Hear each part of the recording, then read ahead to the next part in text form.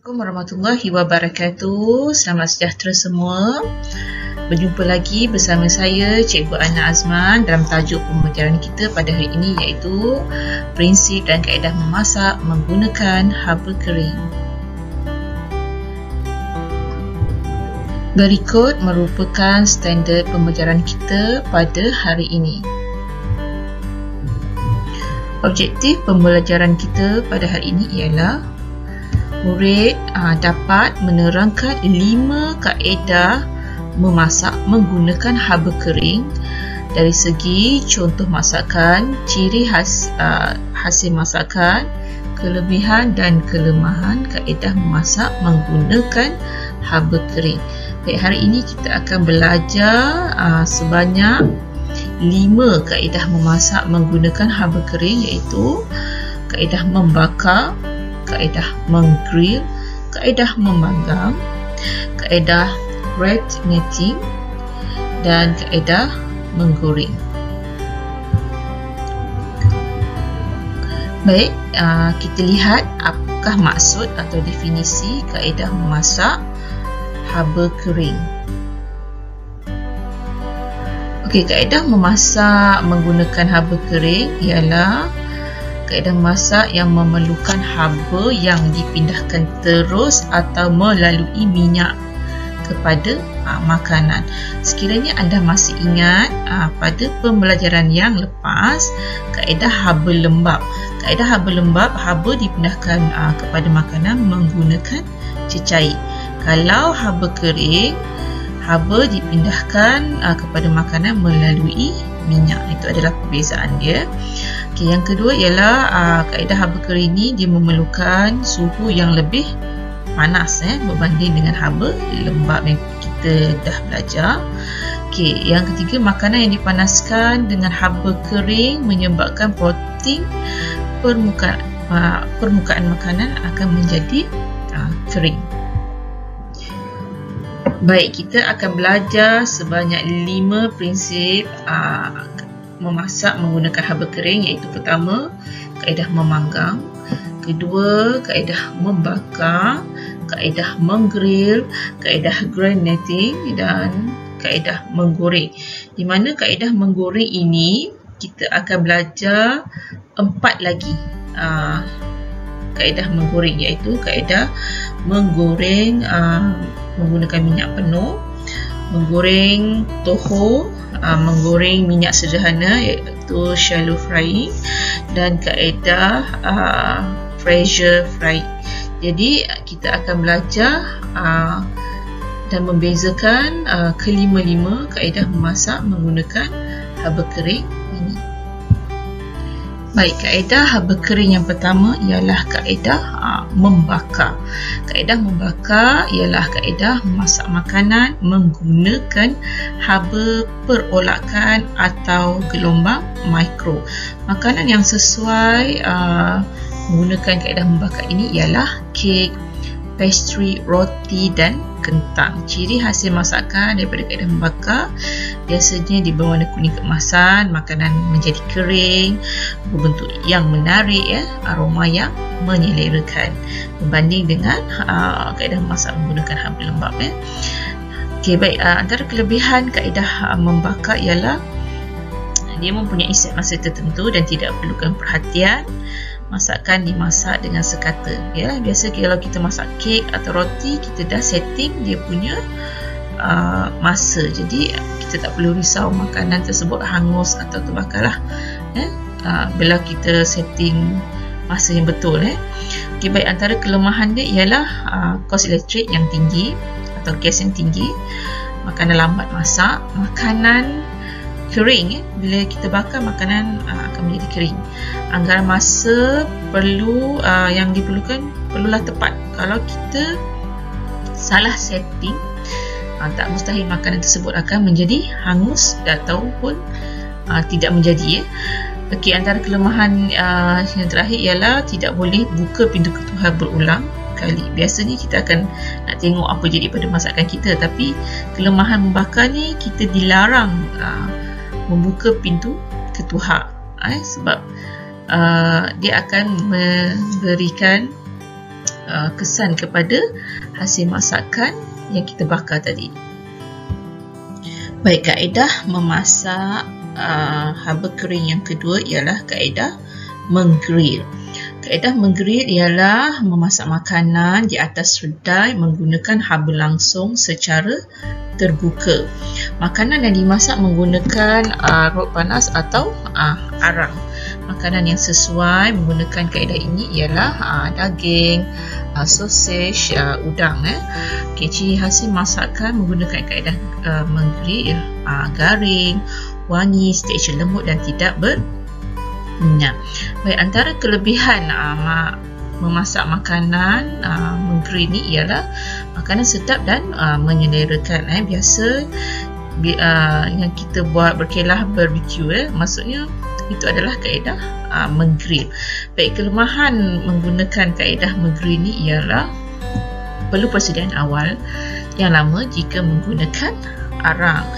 Makanan lambat masak, dia tidak sesuai untuk sayuran berdaun hijau, dan kaedah ini memerlukan perhatian agar makanan tidak hangus, perlu tunggu.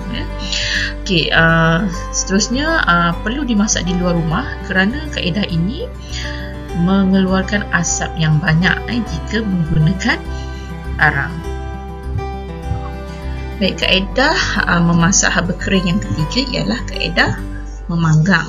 Kaedah memanggang ialah kaedah memasak menggunakan haba perolakan secara tertutup atau haba langsung secara terbuka. Makanan yang sesuai menggunakan kaedah memanggang ialah lembu, kambing dan poultry. Poultry ni ialah sejenis haiwan ternakan seperti ayam, itik, angsa, macam kategori burung lah, burung puyuh, poultry.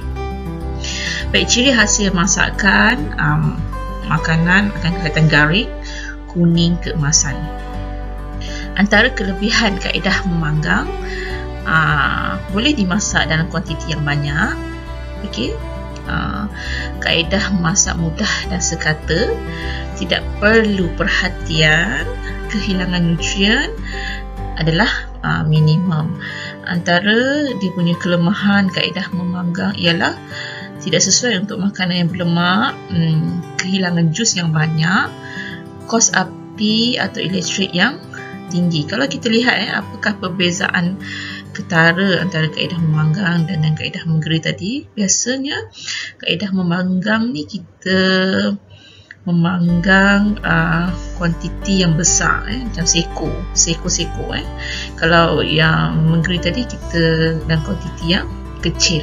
Itu antara senanglah kita nak bezakan. Okey, ataupun kita lihat gambar dan hasil masakan memudahkan kita untuk membezakan jenis-jenis dan kaedah-kaedah masak. Ramai pelajar bertanya cikgu, susah untuk membezakannya. Senang saja kita perlu ingat apakah masakan yang sesuai menggunakan kaedah tersebut dan kita ingat gambar dia. Jadi kita tidak akan tersalah memilih makanan yang sesuai untuk kaedah yang kita nak masak. Kaedah masakan menggunakan haba kering yang keempat ialah kaedah gratinating. Baik, kaedah ini ialah memasak makanan dengan menggunakan api daripada arang atau rot panas dari arah atas. Boleh dimasak di dalam ketuhar atau salamander oven. Baik, kita lihat di dalam gambar ini adalah contoh salamander oven. Contoh masakan yang sesuai ialah pizza, crumble apple pie. Baik, ciri hasil masakan garing di permukaan, berwarna kuning keemasan dan tidak berminyak. Seperti mana saya cakap tadi, bagaimana kita nak membezakan kaedah membakar, kaedah grenading. Jadi kita lihat apakah hasil contoh masakan yang kita hasilkan. Okey, baik, kelebihan kaedah ini ialah cepat dan mudah masak.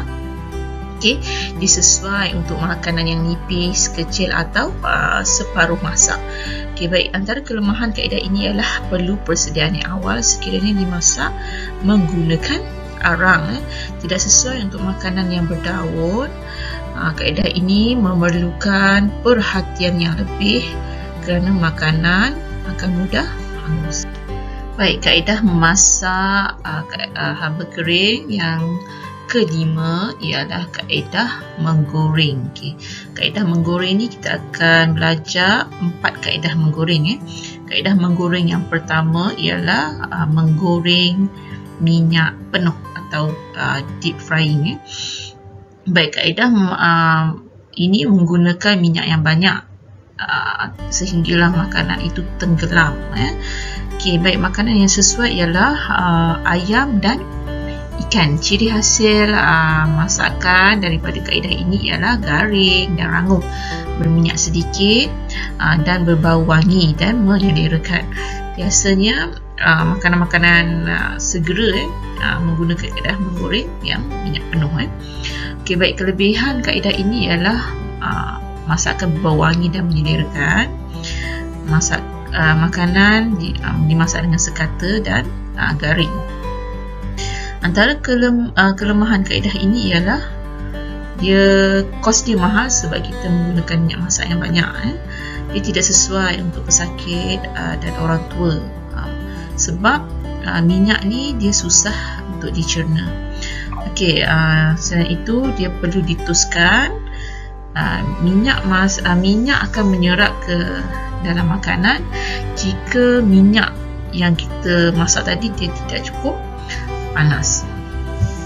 Baik, kaedah menggoreng yang kedua ialah menggoreng toho. Menggoreng toho ini kita masak menggunakan minyak yang sedikit. Masak tempoh masa yang singkat. Biasa yang sesuai menggunakan kaedah menggoreng toho ni ialah telur. Biasa kita masak goreng-goreng telur tu kita gunakan minyak yang sedikit. Ciri hasil masakan makanan kelihatan sedikit berminyak. Kelebihan dia menggunakan minyak yang sedikit, masa masak yang singkat. Itu antara kelebihan kaedah menggoreng toho. Antara kelemahan dia ialah makanan perlu dibalik-balikkan sebab dia akan cepat hangus, sesuai untuk makanan yang bersaiz kecil atau dalam kuantiti yang sedikit. Baik, kaedah memasak menggunakan kaedah menggoreng yang ketiga ialah kaedah shallow frying, iaitu kaedah menggunakan minyak yang sederhana banyak, maksudnya separuh. Kalau kita lihat gambar makanan tidak tenggelam, dia hanya separuh, maksudnya sederhana banyak. Makanan yang sesuai ialah ikan, kepak ayam, sosis dan nugget. Ciri hasil masakan garing, rangup, berminyak sedikit, berbau wangi dan menyelerakan. Antara kelebihan menggunakan kaedah memasak ini ialah makanan cepat masak. Sesuai untuk jumlah makanan yang sedikit untuk digoreng dan menjimatkan minyak masak. Antara kelebihannya ialah makanan kaedah ini tidak sesuai untuk sayur-sayuran dan juga tidak sesuai untuk orang yang sedang menjaga kesihatan. Baik, kaedah masak yang terakhir, kaedah menggoreng dan juga haba kering pada hari ini ialah kaedah pressure frying, iaitu kaedah menggoreng menggunakan kaedah tekanan. Baik, kaedah sama dengan menggoreng penuh. Dia menggunakan minyak yang banyak, tapi dia menggunakan alat yang khusus bertutup untuk memerangkap wap yang panas. Biasa kita gunakan dalam industri ataupun restoran-restoran. Makanan yang sesuai ialah ayam, kentang. Ciri hasil masakan sama juga garing, rangup, makanan berminyak dan berwarna keemasan. Baik, antara kelebihan kaedah ini ialah bau wangi, menyelerakan, makanan masak sekata dan garing. Kaedah ini ada banyak kelemahan dia, di mana macam kaedah menggoreng penuh juga, dia kos yang mahal sebab kita kita kena gunakan minyak masak yang banyak, perlu menggunakan peralatan yang khusus, mahal sebab tekanan. Okey, makanan susah dicerna dan tidak sesuai untuk pesakit, orang tua, si pulih. Makanan perlu diteruskan, dan kaedah ini perlu pengetahuan yang khusus untuk mengendalikan peralatan memasak ini. Maksudnya dia ada macam periuk khas lah untuk memasak. Tekanan dia, kita masak makanan tersebut di dalam peralatan khas. Okey. Bagi mengukuhkan kefahaman anda tentang tajuk pembelajaran kita sebentar tadi, sila jawab soalan yang berikut.